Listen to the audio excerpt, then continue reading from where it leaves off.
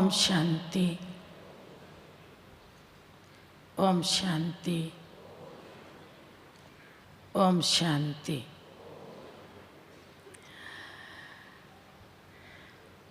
आज का हमारा विषय बहुत ही सुंदर है और इस अलौकिक पढ़ाई में इसकी बहुत बहुत आवश्यकता है। जीवन लौकिक हो या अलौकिक हो, आपसी एकता के बिना चल नहीं सकता, ये हम सभी जानते हैं। एकता का मतलब है आपसी विश्वास, आपस में निस्वार्थ स्नेह, सम्मान, एक दो की आपस में समीपता, और जब ज़रूरत पड़े तो किसी महान उद्देश्य के लिए संगठित रूप में अपना संपूर्ण पुरुषार्थ लगा देने की योग्यता, इसका नाम है एकता। इतिहास में ऐसे बहुत सारे उदाहरण भरे पड़े हैं जिनसे हमें पता पड़ता है कि एकता के अभाव में कितना नुकसान होता है। आज से लगभग 826 साल पहले अर्थात 1191 और 1192 इनमें तरावड़ी के 2 युद्ध हुए। इस युद्ध में एक तरफ था भारत का अंतिम हिंदू राजा जिसका नाम था पृथ्वीराज चौहान, और उसका राज्य दिल्ली से लेके अजमेर तक और भी भारत के कई भागों तक फैला हुआ था।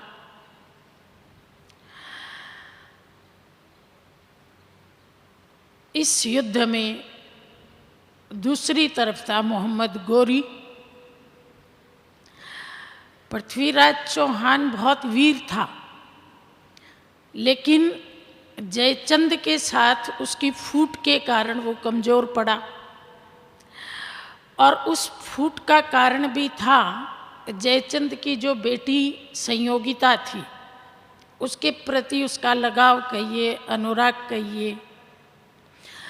तो जैसे बाबा कहते हैं, बच्चे काम विकार मनुष्य को नीचे गिराता है, अपराधी बनाता है और आपसी एकता को नष्ट कर डालता है। वही हुआ।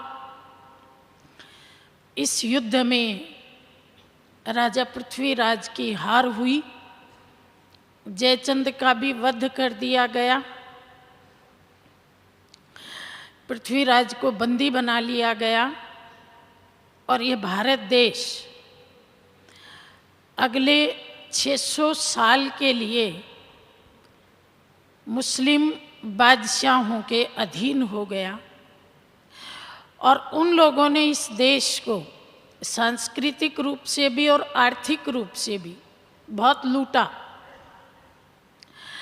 लेकिन जब उनमें आपस में फूट पड़ी तो उस फूट का फायदा अंग्रेजों ने उठाया,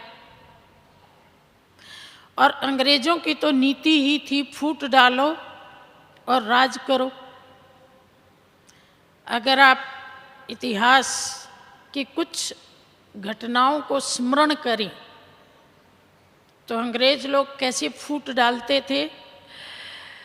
भारत गरीब तो बन ही गया था, कृषि नष्ट हो गई थी, उद्योग धंधे नष्ट हो गए थे, व्यक्ति रोटी के एक एक टुकड़े के लिए मोहताज हो गए थे। तो एक घटना दिखाते हैं कि एक अंग्रेज ने एक ऊंची लकड़ी के दोनों तरफ, ऊंची लकड़ी पे एक रोटी बांध रखी है और 2 भूखे हिंदुस्तानी सामने खड़े हैं। तो वो लकड़ी को हिलाता है तो रोटी कभी उसकी तरफ जाती है, वो पकड़ने लगता है तो वो ऊपर कर लेता है उस लकड़ी को, फिर दूसरे की तरफ झुका देता है, वो पकड़ने लगता है तो फिर वो लकड़ी को ऊपर कर लेता है, तो वो रोटी झूलती रहती है और दोनों में से किसी के भी हाथ में नहीं आती, और फिर वो दोनों झुंझला करके एक दूसरे के ऊपर टूट पड़ते हैं, दोनों हिंदुस्तानी। तो एक एक रोटी के लिए हिंदुस्तानियों को आपस में लड़ाया और ये देश पूरी तरह बिखर गया। फिर महात्मा गांधी के नेतृत्व में थोड़ी बहुत एकता के बल से ये देश आज़ाद तो हो गया, लेकिन आज हम देखते हैं चाहे राजनीतिक क्षेत्र हो, चाहे सामाजिक, चाहे पारिवारिक, एकता का पंछी तो पूरी तरह गायब है। और उसके बिना कभी धर्म के नाम पे, कभी जाति के नाम पे, कभी वर्ग के नाम पे, कभी लिंग के नाम पे दंगे होते रहते हैं, और उस दंगों की आग में लोग झुलसते रहते हैं। प्यारे बाबा ने हम बच्चों को मुरलियों में बताया है कि बच्चे, एकता को तोड़ने वाली जो सबसे बड़ी एकता की दुश्मन है वो है व्यक्ति का मैंपन।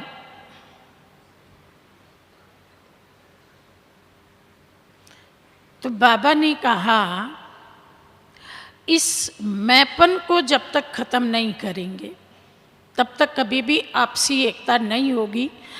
बाबा ने कहा कि आप बच्चों का यहाँ कोई व्यक्तिगत धंधा नहीं है जो आपको मैंपन आई, मैं ज़्यादा अमीर बनूं कि मैं ज़्यादा कमाई करूं, नहीं। बाबा ने कहा जो भी कुछ है सब कुछ बाबा का है,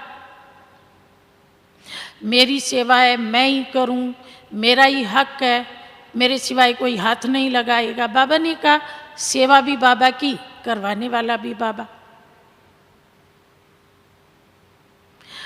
तो बाबा ने कहा एक मंत्र पक्का करो एकता के लिए, पहले आप। और बाबा ने कहा जो पहले आप करता है वो अपने आप आगे हो जाता है। कहते हैं एक गुरु के दो चेले थे, तो दोनों में झगड़ा हो गया। उसने कहा मैं आगे, उसने कहा मैं आगे, तो झगड़ा काफी बढ़ गया। एक ने कहा मैं तेरे से पहले आया था आश्रम पे इसलिए मैं आगे हूँ। दूसरे ने कहा मेरे को तेरे से ज़्यादा श्लोक आते, मेरी साधना तेरे से ज़्यादा है इसलिए मैं आगे हूँ। जब झगड़ा बढ़ता बढ़ता बहुत बढ़ गया तो दोनों गुरुजी के पास गए। गुरुजी हमारा फैसला करो, हमारे में से आगे कौन है, बड़ा कौन है, पहले महिमा किसकी होनी चाहिए। तो गुरुजी ने एक सेकंड में फैसला कर दिया कि जो दूसरे को आगे समझता है वही आगे है।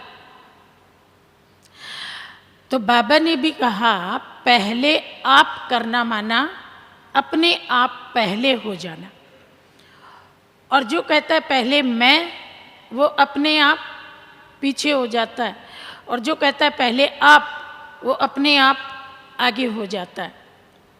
तो आगे होने का तरीका वास्तव में दूसरों को आगे करना है। जितना अधिक दूसरों को आगे करता है आगे हो जाता है। दादी प्रकाश मणि से भी पूछा कि आप सबसे आगे कैसे निकल गए, आपके साथ वाले बहुत भाई बहने थे लेकिन आप सबसे आगे कैसे चले गए। तो दादी ने कहा मैंने बाबा के इसी महामंत्र को यूज किया कि जो दूसरों को आगे करता है वो खुद आगे हो जाता है। रोज के जीवन में एकता की कितनी महिमा है हम अपने चारों ओर देखते हैं, रोज के जीवन में देखते हैं। सबसे पहले आप इस शरीर को ही देख लीजिए, ये भी 5 तत्वों की एकता से बना है। 5 चीजों का मिश्रण है इसमें। और उस मिश्रण में आपस में विरोधी चीज़ें, आग और पानी की कभी मित्रता नहीं होती, लेकिन इसमें आग भी है, इसमें पानी भी है। तो उस तत्वों की यूनिटी से ये शरीर कितना अमूल्य बन गए, कितना मूल्य है शरीर का।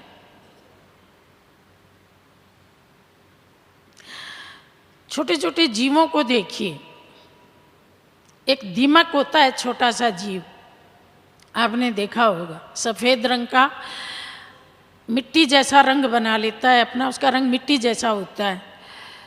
और कितना भी बड़ा भारी लकड़ी का पेड़ हो, अगर दीमक उसमें घुस जाए बाहर से तो आपको लगेगा कि ये तना साबुत है, पर अंदर से एकदम खोखला हो जाएगा, दीमक मिट्टी बना देगी।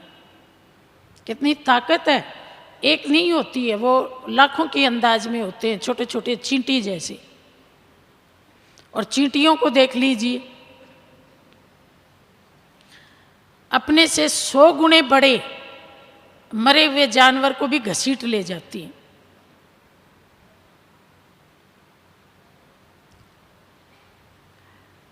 और काम करती हैं, सारा दिन काम करती हैं।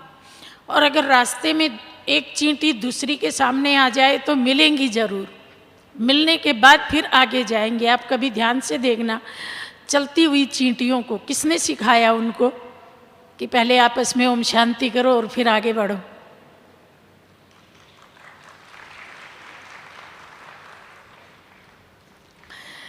शेर बहुत ताकतवर होता है,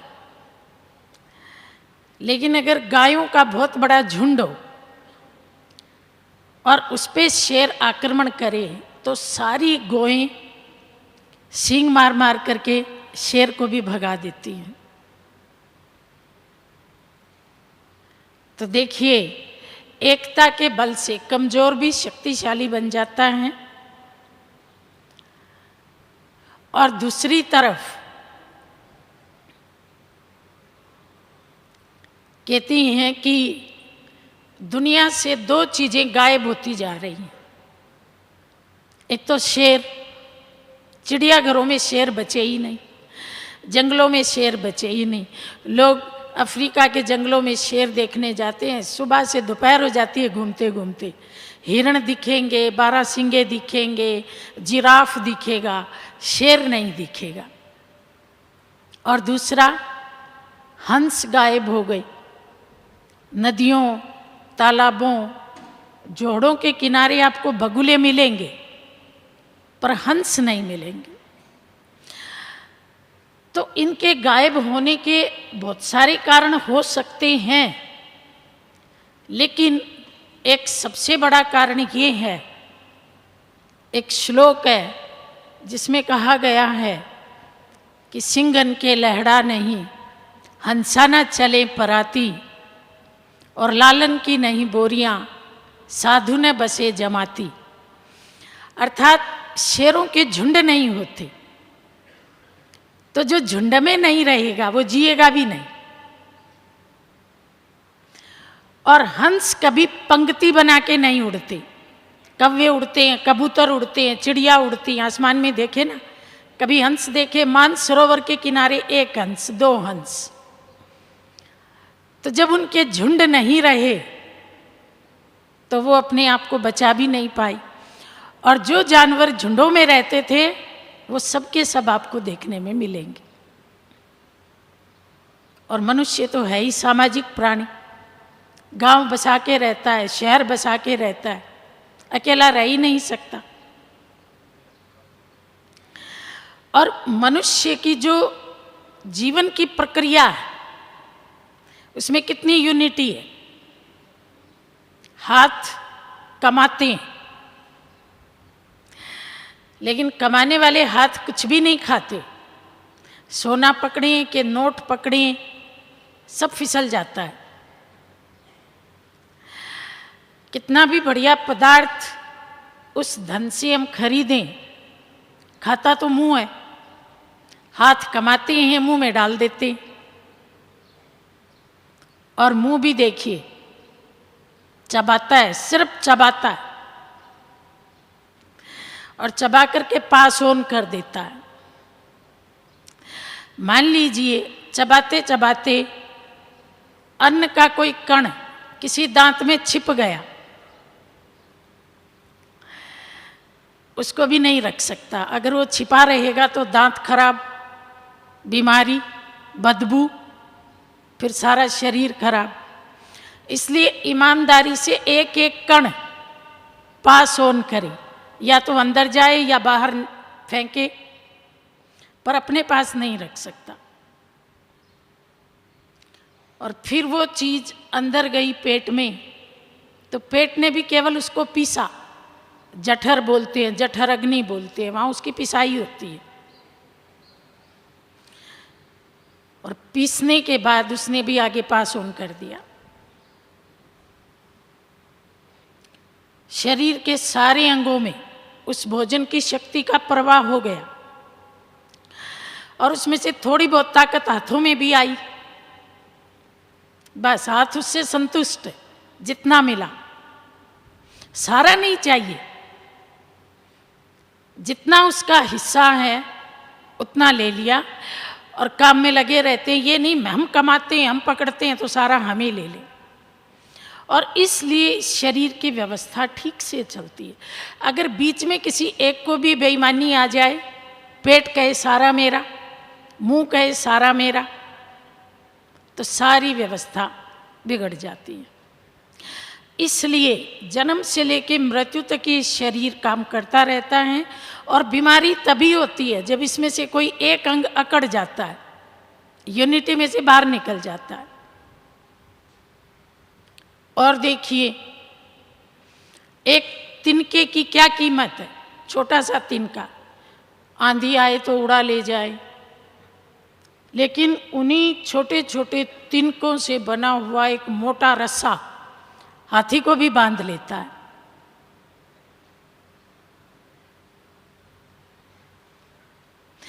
एक बूंद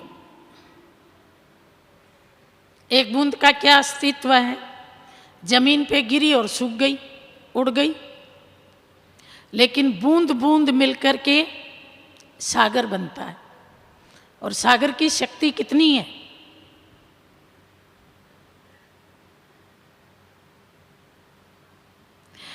एक छोटा सा मिट्टी का कण, छोटा सा मिट्टी का कण, उन कणों से मिलकर के ईंट बनती है, और ईंटों से बड़े बड़े दुर्ग बनते, किले बनते। और वो किला कितना मजबूत होता है, उसमें हजारों लोगों को शरण मिलती है। किले को लांघना कोई आसान काम नहीं है, लेकिन बना किससे है, मिट्टी के छोटे छोटे कणों से मिलकर के बना है। बाबा ने एक मुरली में कहा था, आप ब्राह्मणों की आपसी एकता से ब्राह्मणों का किला मजबूत बनता है। ब्राह्मणों के किले की एक एक ईंट आप बच्चे हो। अगर ईंट कमजोर हो, भुरभुरी हो, कच्ची हो, तो किला भी कमजोर हो जाता है। इसलिए अपने को एक नहीं समझो, एक एक ईंट किले का निर्माण कर रही है। ईंट की कमजोरी पूरे किले की कमजोरी है। इसलिए मैं एक नहीं हूं, लेकिन मेरे बल में पूरे किले का बल समाया हुआ है। मैं कमजोर हूं तो किला कमजोर, तो मेरे बल की, मेरे योगदान की इतनी कीमत, इसलिए मैं मजबूत भी रहूं और जुड़ा भी रहूं। फिर बाबा ने कहा जैसे ईंट ईंट से जुड़ी रहती है, तो बीच में वो लोग तो सीमेंट लगाते, पर बाबा ने कहा जो निस्वार्थ स्नेह है वो सीमेंट है। अगर स्नेह में स्वार्थ आ गया, मुझे नाम मिले, पद मिले, मैं आगे जाऊं, मेरी महिमा हो, लोग मुझे ही देखें, मुझे ही पूछें, मिलने वाले मेरा ही नाम लें, इसका नाम क्यों लिया, इसको आगे क्यों किया, लोग इसको प्यार क्यों करते हैं, इसकी महिमा क्यों करते हैं, सब कुछ मैं ही करूं, तो ये स्वार्थ आ गया और ईंटों का जुड़ाव खत्म हो जाएगा और किले में दरार आ जाएगी। लेकिन जितना इस किले में मेरा महत्व है उतना ही बाजू वाली ईंट का भी महत्व है। जितना सबसे नीचे वाली ईंट का महत्व है उतना ही टॉप वाली ईंट का भी महत्व है। हर एक ईंट चाहे कहीं भी लगी है, बहुत बहुत इम्पोर्टेंट है। और मुझे मेरे साथ वाली ईंट से जुड़ के रहना है। जब ये भाव पक्का हो तो बाबा ने कहा ये ब्राह्मणों का किला इतना मजबूत हो जाएगा, कोई भी माया, कोई भी तूफान इसको हिला नहीं सकेगा। आपने अंगीठी में जलते कोयले देखे होंगे। जब तक सारे कोयले अंगीठी में इकट्ठे हैं, सारे एकदम लाल लाल रहते हैं। आप एक कोयला निकाल लो अंगीठी में से और नीचे फर्श पे डाल दो। अब उस कोयले का क्या होगा? ऊर्जा खत्म, लाली खत्म, रोशनी खत्म, गर्मी खत्म, और 2-5 मिनट के बाद ही काला काला हो जाएगा। उसके ऊपर राख की परत आ जाएगी। अंगीठी वाले सारे धधक रहे हैं और वो बेचारा अकेला। तो हमें ताकत कब है? जब हम अंगीठी के बीच में, अर्थात सबके साथ। अगर मैं सोचूं नहीं नहीं मेरे में तो बहुत ताकत है, मैं अकेला भी बहुत कुछ कर सकता हूं, अकेला कुछ नहीं कर पाएगा। वो सारी रोशनी और सारी गर्मी, सारी ऊर्जा सबके साथ थी। हम देखते हैं यहाँ डायमंड हॉल में बैठते हैं तो कितना अच्छा योग लगता है, और घर में जब अकेले अकेले लगाते हैं तब कभी कोई बात याद आएगी, कभी कोई बात याद आएगी, कभी कोई आवाज़ सुनाई देगी, कभी कोई काम याद आएगा, कभी कोई मिलने आ जाएगा। शरीर भी स्थिर नहीं होता है, कभी कहीं लगेगा दर्द हो रहा है, कभी लगेगा खुजली हो रही है, कभी भूख लगेगी, कभी प्यास लगेगी। और जब यहाँ संगठन में बैठते हैं तो कुछ भी याद नहीं आता है, बस एक बाबा। तो वो जो संगठन का बल है वो योग में काम करता है। इसलिए बाबा कहते हैं बच्चे संगठन में, योग में जरूर बैठो। संगठन में एक का बल दूसरे को, जैसे वो कोयले क्या कर रहे हैं, एक की शक्ति दूसरे को मिल रही है, दूसरे की तीसरे को मिल रही है, तो सारे धधक रहे हैं। तो जब हम संगठन में योग में बैठते हैं तो एक को बैठा देख के उसके अच्छे वाइब्रेशन दूसरे को आते, तीसरे को आते, चौथे को आते।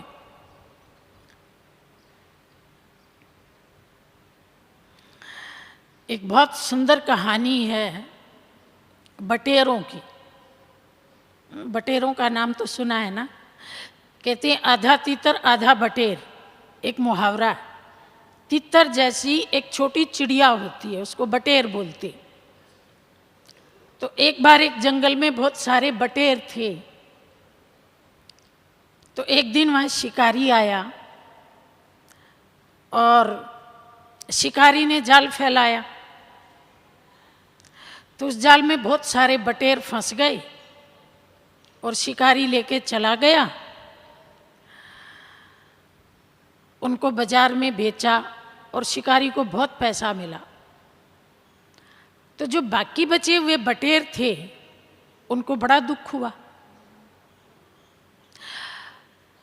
तो उन्होंने आपस में चर्चा करनी शुरू कर दी कि भी सारे इकट्ठे हो जाओ और देखो सावधान रहो, हमारे बहुत सारे साथी तो बेच दिए गए, मार दिए गए, पर हम शिकारी की पकड़ में नहीं आएंगे।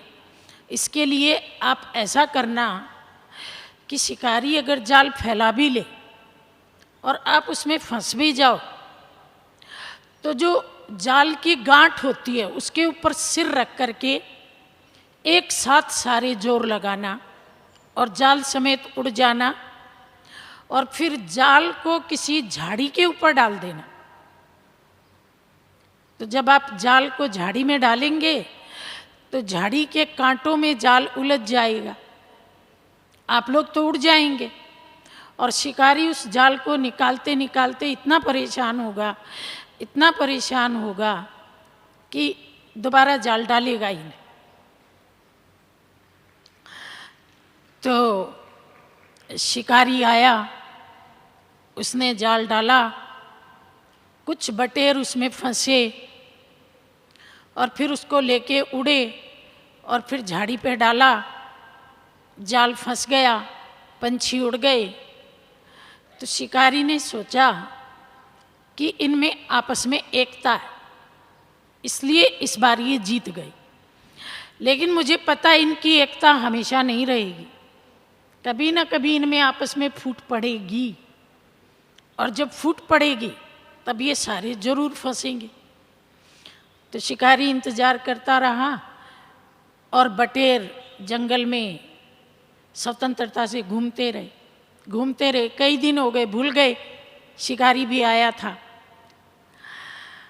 तो एक दिन जब वो दाना चुग रहे थे तो एक बटेर दूसरे के गर्दन के ऊपर से निकल गया, ऐसे फुदक गए। तो जिसकी गर्दन के ऊपर से निकला उसने बोला, क्यों भाई तेरे को दिखाई नहीं देता, तो मेरी गर्दन को लांग करके क्यों गया? उसने माफी मांगी, बोला गलती हो गई, आगे से ऐसा नहीं करूंगा। लेकिन जिसकी गर्दन के ऊपर से उलांग के गया था उसने माना ही नहीं, बोला तेरे को घमंड है, तू पता नहीं अपने को क्या समझता है, तेरे को दिखता नहीं है। फिर सारे बटेर दो ग्रुप में बट गए, आधे उसकी तरफ हो गए, आधे उसकी तरफ हो गए। और जब दो ग्रुप में बट गए तो दाने भी अलग अलग जगह जाके खाने लगे। हम तुम्हारे साथ नहीं दाने चुगेंगे, थोड़ा दूर जाके। अब शिकारी ने देखा कि इतने दिनों से तो ये इकट्ठे थे और अब ये दो ग्रुप में बट के अलग अलग जगह दाने खा रही हैं, तो जरूर इनमें आपस में कुछ हुआ। उसको मौका मिला, जाल डाला और उस फूट का फायदा उठाया, पंछी जाल में फंस गए। तू मैं करके वैसे ही कमजोर हो गए थे, और इस बार शिकारी जीत गया और पंछी हार गए। तो देखिए, जब एकता थी तो पंछियों ने मानव को हराया, और जब एकता टूटी तो मानव ने पंछियों को हराया। जीतेगा वही जिसके पास एकता होगी। लेकिन एकता को मेंटेन करने के लिए करें क्या? एकता तो बहुत अच्छा गुण है। परिवार में एकता, सेंटर के भाई बहनों में एकता, समाज में एकता, देश में एकता। जहाँ एकता होती है उस एकता के बल से हम असंभव कामों को संभव कर लेते हैं। लेकिन एकता के लिए करें क्या? तो एकता के लिए जो सबसे पहला गुण है, नंबर 1 नम्रता और नंबर 2 गुण दर्शन।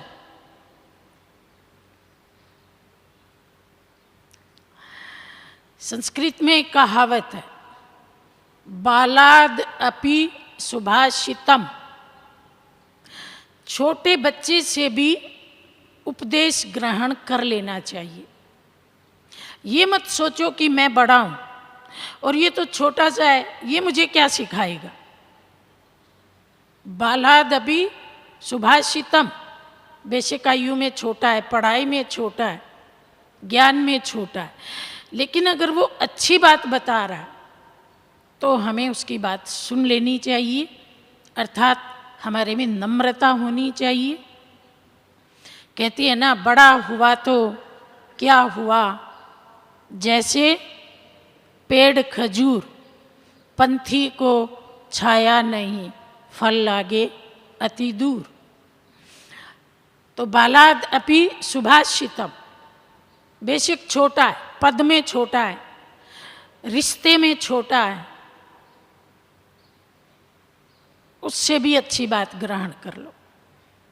और दूसरा संस्कृत का एक बहुत सुंदर शब्द है, अयेध्याति अपि कांचनम। सोना अगर कूड़े के ढेर पर भी पड़ा है तो भी उठा लेना चाहिए। अर्थात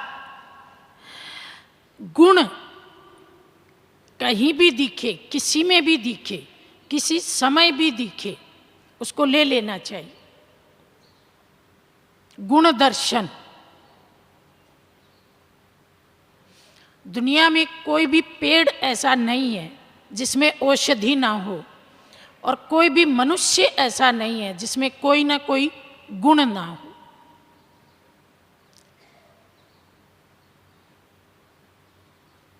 तो जो लोग औषधि निर्माण करते हैं, आयुर्वेद वाले फूल, पत्ते, पेड़, इनसे औषधि बनाते, तो वो पूरा पेड़ नहीं देखते, उसकी छाल में औषधि है कि उसकी पत्ते में औषधि है कि फूल में है, बस उतना ले लेते। तो बाबा कहते हैं आप भी, किसी में भी कोई भी गुण है, उस गुण को ग्रहण करो और गुणवान बनो। कई मीठा बहुत बोलते हैं, कई प्यार बहुत देते हैं, सबके साथ संगठन में मिलके चलते हैं। हर एक में स्वभावजन्य अलग अलग गुण हैं, कर्म के हिसाब से अलग अलग गुण हैं।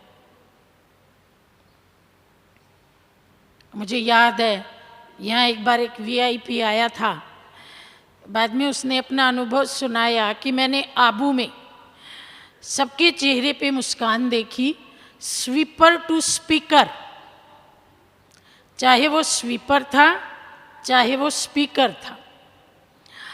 तो स्वीपर अगर ना हो तो काम कैसे चले, और स्पीकर ना हो तो भी काम कैसे चले। दोनों के अपने अपने गुण हैं, और दोनों के गुणों से ही उस कार्य में संपूर्णता आती है। कहते हैं एक बार एक राजा था, तो वो बहुत बहादुर था और उसने बहुत सारे राज्य जीत लिए। अब बहुत सारे राज्य जीत लिए और बहुत सारे राजा उसके अधीन हो गए, पर अब उसको ये डर लगने लगा कि अगर ये सारे मेरे अकॉर्डिंग नहीं चले, मेरे साथ यूनिटी में नहीं चले, और अगर ये सारे एक हो गए तो फिर मेरा भी राज्य उखाड़ देंगे। तो मैं क्या युक्ति अपनाऊं जो ये मेरे अधीनस्थ राजा हैं ये मेरे साथ एक होकर के चलें। तो इसके लिए वो शिक्षा ग्रहण करने के लिए एक गुरुजी के पास गया, एक साधु के पास गया, और अपनी पूरी बात सुनाई कि मुझे कोई ऐसी तकनीक बताइए, मैं इन सबको एक बना करके अपने साथ ले चलूं। सुबह का समय था, सूर्य की धूप आ रही थी, महाराज महात्मा जी धूप में बैठे थे और यज्ञ के लिए लकड़ी तोड़ रहे थे, लंबी लकड़ी के छोटे छोटे टुकड़े कर रहे थे। तो राजा को कहा कि एक साइड हो जा, मेरी धूप को रोक मत, और अपनी लकड़ी तोड़ता रहा। राजा इंतजार करता रहा, मेरे प्रश्न का उत्तर दे, प्रश्न का उत्तर दे। थोड़ा साइड में खड़ा हो गया राजा। महात्मा जी लकड़ी तोड़ते गए, काफ़ी सारी लकड़ी बिखर गई। फिर महात्मा जी ने एक एक लकड़ी को ऐसे हाथ में लेकर के उसका गट्ठा सा बनाया, हाथ में वो गट्ठा बन गया, और गट्ठा बनने के बाद एक पतली, बिल्कुल पतली लोहे की तार पड़ी थी, वो उस गट्ठे के चारों ओर ऐसे लपेट दी। राजा ने सोचा महात्मा जी का काम पूरा हो गया, अब मेरे प्रश्न का उत्तर देंगे। तो बहुत नम्रता से कहा, महाराज बताइए ना, मेरे प्रश्न का उत्तर आपने दिया ही नहीं, बताइए ना मैं क्या करूं। तो महात्मा जी ने कहा, मैंने बता तो दिया। राजा ने कहा, महाराज मैंने तो कुछ नहीं सुना, आप तो बोले ही नहीं। महात्मा जी ने कहा, कई प्रश्नों के उत्तर बोल के नहीं लेकिन करके दिखाए जाते, तो मैंने बता तो दिया, दिखा तो दिया। राजा ने कहा, महाराज मैं कुछ नहीं समझा। महात्मा जी ने कहा, देखो मेरे हाथ में कितनी लकड़ियां, मैं इन सारी लकड़ियों को एकता में, एकजुट, एक गट्ठे में कैसे बांध पाया? एक पतले तार से मैंने सबको एकता में बांध दिया, लेकिन बांधने वाले तार में लचीलापन चाहिए। अगर ये तार अकड़ा हुआ होता, लकड़ियों को बांधता। ये इतना लचीला है, जैसे मैंने इसको लपेटा ये लिपट गया। तो राजन, अपने भीतर लचीलापन लाओ, अपनी अकड़ खत्म करो, झुकना सीखो, मोल्ड होना सीखो। बाबा भी कहते हैं ना, जो मोल्ड होता है वो रियल गोल्ड है। तो जैसा समय, जैसी परिस्थिति, जैसे लोग, उसके अनुसार जो अपने आप को मोल्ड कर ले, लचीला बन जाए, तो वो कितनों को भी साथ लेके चलेगा। और जो अपनी जिद पे अकड़ा रहे, तो वो कैसे साथ लेके चलेगा? दूसरी विशेषता, ये तो पहली विशेषता थी, नम्रता और गुण दर्शन। दूसरी विशेषता, हर एक इम्पोर्टेंट है, हर कोई महत्वपूर्ण है। जैसे एक बहुत बड़ी मशीनरी होती है ना, उस मशीनरी की एक छोटी सी कील है, एक छोटा सा कांटा है, अगर वो निकल जाए तो मशीन रुक जाती है। कहते हैं कि एक बार एक राजा युद्ध के मैदान में गया, जिस घोड़े पर वो सवार था, उस घोड़े के पाँव में एक नाल होती है, वो नाल ठीक से नहीं लगी थी, जिसके कारण घोड़ा मैदान में ठीक से नहीं चल पाया।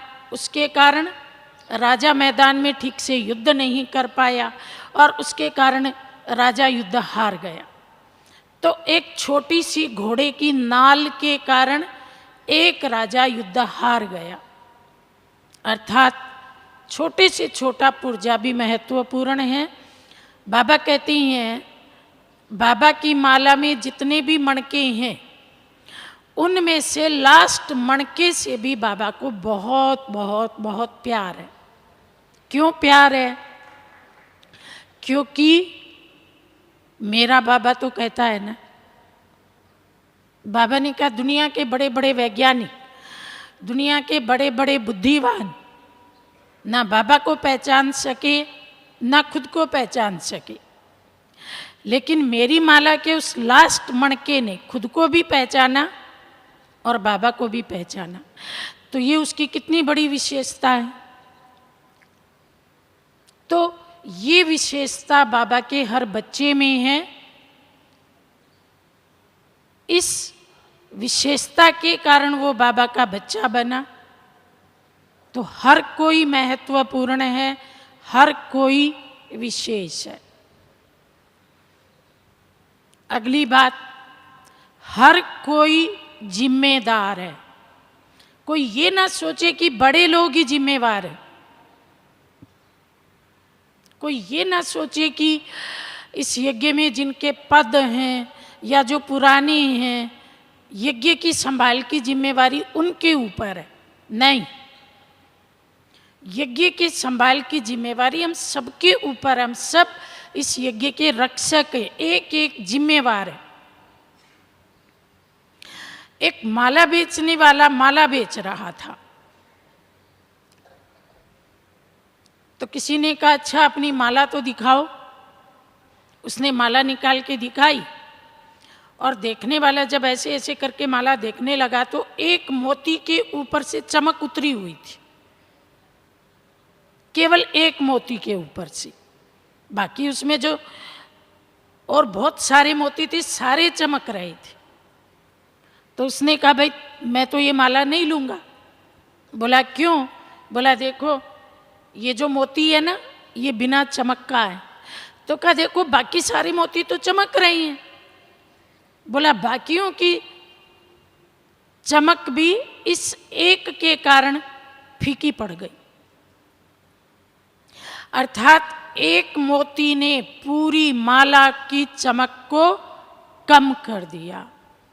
कहने को तो एक ही है ना, लेकिन एक की फीकी चमक पूरी माला की चमक को कम कर देती है।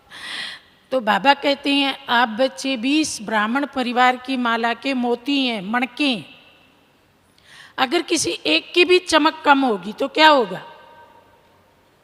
पूरी माला की चमक कम हो जाएगी। लोग नाम तो यही लेंगे ना कि देखो ब्रह्मा कुमारी वाला, ये ब्रह्मा कुमारी वाला है। तो नाम किसका आया? पूरी संस्था का नाम आ गया। इसलिए मैं ये ना सोचूं कि जिम्मेवारी बड़ों की है, मेरी जिम्मेवारी है, मेरा यज्ञ है, मुझे अपनी चमक को मेंटेन रखना है। चाहे मैं कहीं भी हूँ, हर घड़ी मेरी चमक बरकरार रहे। कोई भी देखने वाला देखे तो मैं चमकता मणका दिखाई दूं।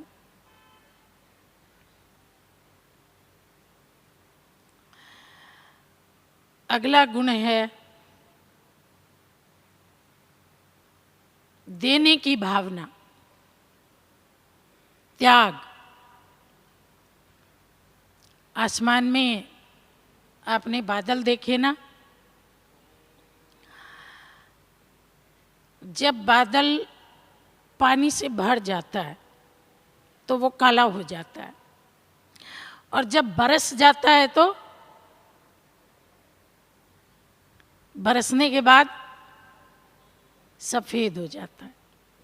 तो जो केवल लेना ही लेना चाहता है, इकट्ठा ही इकट्ठा करना चाहता है, वो काला हो जाता है, और जो बांट देता है वो सफेद हो जाता है। अब लोग किसके साथ रहना चाहेंगे, काले वाले के साथ कि सफेद वाले के साथ?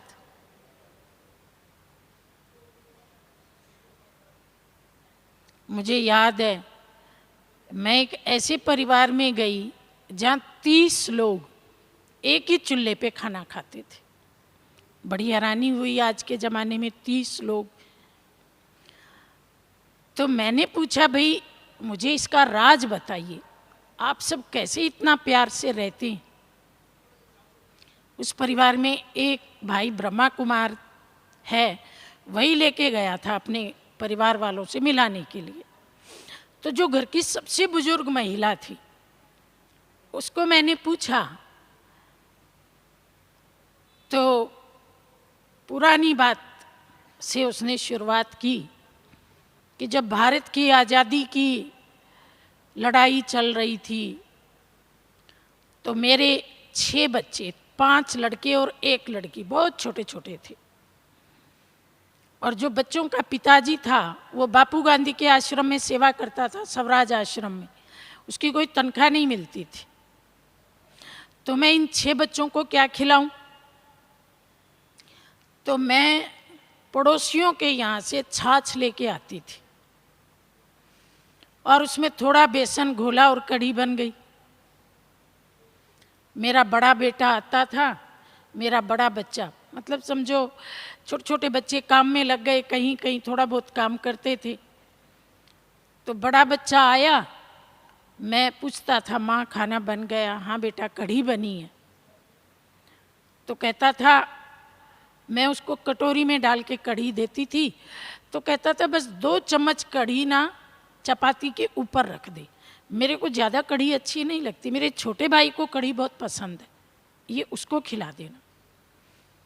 तो वो सिर्फ जैसे घी लगाते हैं ना रोटी पे, ऐसे कढ़ी लगा के 2 चम्मच कढ़ी से चला जाता था खा के। फिर दूसरा बेटा आता था, मैं उसको कढ़ी की कटोरी भर के देती थी। कहता था माँ इतनी कढ़ी, इतनी मैं नहीं खाऊंगा, आधी कर दे। थोड़ी सी कढ़ी में वो खाना खा के चला जाता। तीसरा आता था, उसको मैं देती थी, वो भी ऐसे ही करता था। मेरे 6 के 6 बच्चे खाना खा लेते थे और कढ़ी का पतीला भरा का भरा रह जाता था। फिर कभी अगर मैं पीहर जाती थी तो मेरा भाई कहता था, बहन बच्चों के लिए शर्ट का कपड़ा ले जा। मैं कपड़ा ले आई, बड़े बेटे को कहा बेटा शर्ट सिलवा ले। कहता था माँ मेरी तो ठीक ठाक पड़ी है शर्ट, छोटे भाई को पहना दे, उसकी फट गई है। मैं दूसरे वाले को कहती थी बेटा शर्ट सिलवा ले। कहता था माँ मेरी तो ठीक है, वो छोटे वाला ना स्कूल में जाता है, अब बड़ी क्लास में हो गया, उसको सुंदर कपड़े चाहिए, उसकी सिलवा देना। मैं तीसरे को कहती थी शर्ट सिलवा ले, वो चौथे का नाम ले देता था। मेरा वो कपड़ा पड़ा का पड़ा रह जाता था, कोई बच्चा शर्ट पहनने को तैयार नहीं होता था। एक शर्ट में इतनी बरकत, 5 को कह लिया फिर भी बच गई। फिर बच्चे बड़े हो गए तो इनकी शादियां हो गई, 5 बहुएं घर में आ गई। लेकिन इन 5 में ऐसी यूनिटी कि वो 5 भी एक हो गई, उनकी बात कोई नहीं मानता। ये 5 आपस में जो फाइनल कर लेते हैं वही होता है। फिर उनके 2-2 बच्चे हो गए, अब घर में बढ़ने लगी संख्या, लेकिन वही यूनिटी। तो उनमें जो दूसरे नंबर की बहू थी, उसकी आंख में कुछ खराबी आ गई, बहुत जगह दिखाया, पर बेचारी को धुंधला दिखता था। वो धुंधला दिखना भी धीरे धीरे बंद हो गया।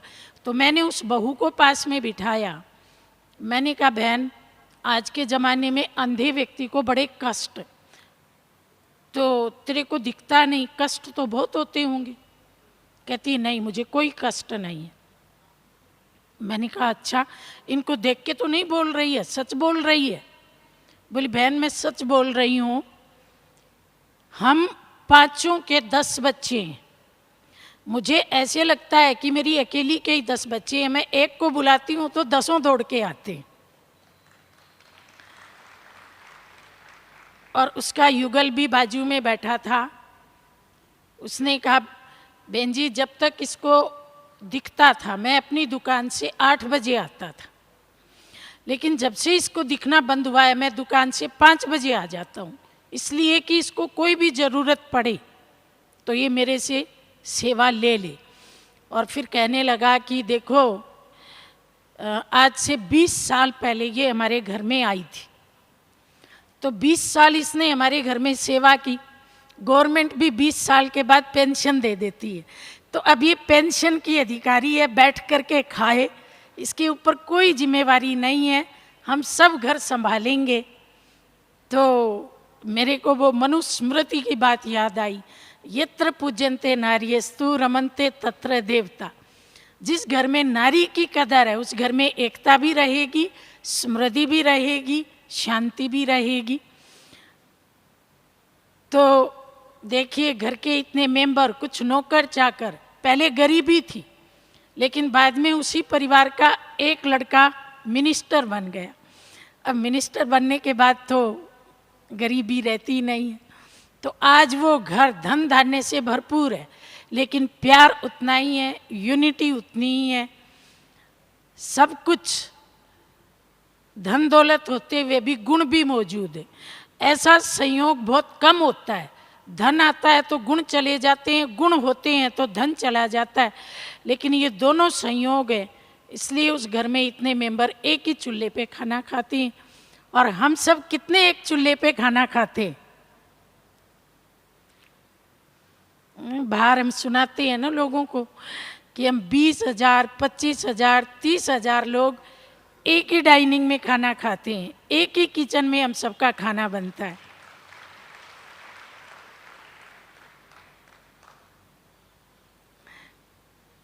और कितना स्वादिष्ट बनता है।